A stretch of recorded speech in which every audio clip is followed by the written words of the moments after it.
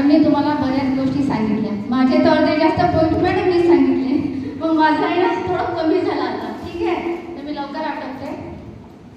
आचार्य अत्रे म्हणतात, सिंहाला पाहावे वनात, हत्तीला पाहावे रानात आणि गाडगे महाराजांना पाहावे कीर्तनात. गाडगे महाराज ज्या गावी जायचे ते गाव आधी ते झाडून स्वच्छ करायचे आणि नंतर ते कीर्तन करायचे. अंधश्रद्धा, अनिष्ट रूढी, परंपरा ते दूर करण्याचे काम करायचे. ते साधे आणि सरळ उपदेश द्यायचे. ते सर्वांना समजणारे साध्या आणि सरळ भाषेमध्ये प्रश्न उत्तर असे विचारायचे, प्रश्न करायचे आणि लोकांना उत्तर विचारायचे. त्यांनी ग्राम स्वच्छतेसोबतच समाज प्रबोधन केले व शाळा, दवाखाने, आश्रमे काढले, घाटे बांधले, धर्मशाळा बांधली, कुष्ठरोग्यांची सेवा सुद्धा केली. मॅडमनी सांगितलेले अशा म्हणजे जे शिकलेले नाही त्यांचं नाव सुद्धा आपल्या अमरावती युनिव्हर्सिटीला आहे. गाडगे महाराज कीर्तन करत आणि कीर्तन करत असताना ते लोकांना प्रश्न विचारत, तुम्ही देव पाहिला का जी? लोक म्हणत होते नाही. मग तुम्ही देवळात जाता का जी? ते म्हणत होते हो. मग तुम्ही देवळात गेल्यावर काय करता जी? मग आम्ही देवळात गेल्यावर आधी काय करतो? दिवा लावतो. मग मला सांगा जी, तो दिवा मोठा की देव मोठा? म्हणजे तुम्ही देवळात तर जाता, देव पाहायला जाता की नाही देवळात? मग देव तुम्हाला तसाच दिसायला पाहिजे ना, दिवा लावायची काय गरज आहे? मग तुम्ही दिवा लावता तेव्हाच तुम्हाला देव दिसते. म्हणजे मग दिवा मोठा की नाही? कळतंय ना? आणि ते संत तुकाराम महाराजांच्या अभंगाचे काही सांगायचे. ते देव देव करिता शिनले माझे मन, देव पाहायचे गेलो आणि देव होऊन ठेलो. ते म्हणतात देव वगैरे काही नाही, हे एक अंधश्रद्धा आहे. तुम्ही जत्रेला जाता की नाही? जत्रेला आपणही जातो, जत्रेला जातो. का बरं जातो? दर्शनाला जातो, दर्शन करतो, तिथे पैसा वेस्ट घालवतो, टाइम जाते आपला, पैसा जातो. ते कबीरांच्या दोहा मध्ये काही वाक्य बोलायचे, जत्रे में फतरा बिठाया, जत्रे में फतरा बिठाया, तीरथ बनाया पाणी, दुनिया बडी दीवानी, पैसों की धुलधानी. ते म्हणतात तुम्ही जत्रेला जाऊन काहीच करत नाही, ते तीर्थ पिता है ना, आणि ते दगड असते, दगड धुण्याला पुजता, ते दगड धुण्याला पुजणं त्यांना अजिबात आवडत नव्हतं. आपणही तेच करतो है ना, तर नाही जायला पाहिजे. त्याच्यापेक्षा ते म्हणतात की तुम्ही शिका है ना, शिक्षणच हे खरं महत्वाचं आहे. तुम्ही शिक्षण हे मोठं धन आहे. ते लोकांना सांगायचे की तुम्ही शिकले तरच तुमचा काय होईल? विकास होईल. ते एकदाच असे गावामध्ये फिरता फिरता काय झालं, एक व्यक्ती होता, त्याचा मुलगा बाहेर देशी राहायचा है ना, म्हणजे शिक्षणासाठी तो शिकत होता. त्याचं पत्र आलं, त्याला काही वाचता येत नव्हतं. मग तो सावकाराकडे गेला. सावकाराकडे गेल्यावर तो म्हणाला, हे पत्र वाचून देता का जी? माझ्या पोराचं हे पत्र आलेलं आहे, मला तर काही वाचता येत नाही. मग सावकार म्हणाला, ठीक आहे वाचून तर देतो, पण त्याच्या आधी तुला हे लाकडं फोडावी लागेल.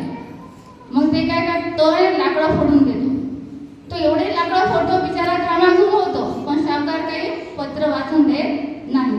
हे सर्व गाडगे महाराज दुरून बघतात आणि दुरून बघितल्यावर तेही त्यांना मदत करतात, लाकडे फोडून देतात, पण तो सावकार तरी काय पत्र वाचून देत नाही. गाडगे महाराज त्या व्यक्तीला म्हणतात की दशा आपली कशामुळे झाली बरं?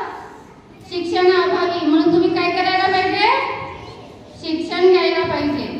ते म्हणतात, गाडगे महाराज म्हणतात, डॉक्टर बाबासाहेब आंबेडकरांच्या वडिलांना सद्बुद्धी सुचली आणि त्यांनी त्यांच्या मुलांना शिकवलं. ते शिकले म्हणूनच काय केलं त्यांनी? भारताची काय केली?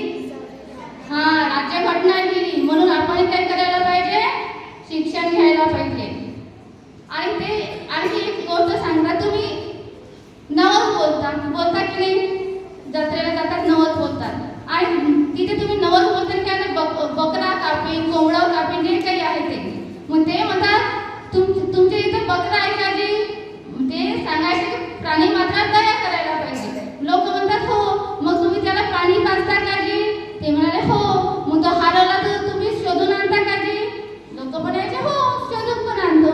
आणि एवढ्यात तुम्ही ज्या प्राण्यांना मुलासारखं वागवतात, चारा घालता, पाणी पाजता आणि त्यालाच कापून खाता का जी? ही चांगली गोष्ट आहे का? म्हणून तुम्ही काय करायला पाहिजे? प्राणी मात्रावर सुद्धा दया करायला पाहिजे. त्यांना त्यांची बळी द्यायला नाही पाहिजे. आता मॅडमनी सांगितलेलंच आहे, काही लोक श्राद्ध वगैरे करतात है ना, आणि श्राद्ध केल्यावर माहिती काय पात्र वाटतात की मेलेले लोक जेवायला येतात. मग सगळे मेलेले लोक कावडेच होतात काय? आणि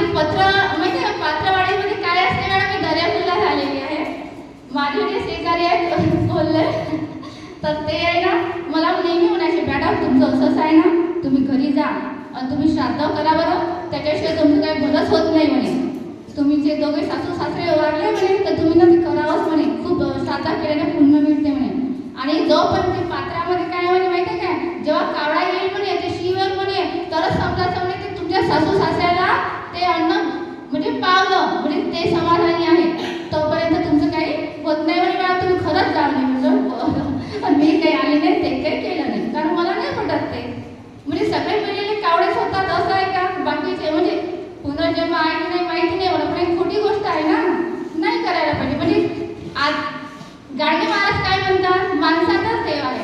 मेल्यावर काय करतात, जिवंतपणेच माणसाची तुम्ही सेवा करायला पाहिजे आहे ना. भुकेल्यांना अन्न द्यायला पाहिजे, प्राणीमात्रांवर दया करायला पाहिजे, अनाथांना मदत करायला पाहिजे, आहे की नाही. जे गरीब मुलं आहेत त्यांना तुमच्याकडे नाही नवीन तर जुने कपडे असेल ते द्यायला पाहिजे. हे गाडगे महाराज सतत सांगत होते. आणि शेवटी एकच म्हणते, चंदन थे वो भी घिस गए, चंदन थे वो भी घिस गए, अब रह गए नीम के खोड़, संता थे वो भी चले गए, अब रह गए चपाती चोर, अब रह गए चपाती चोर.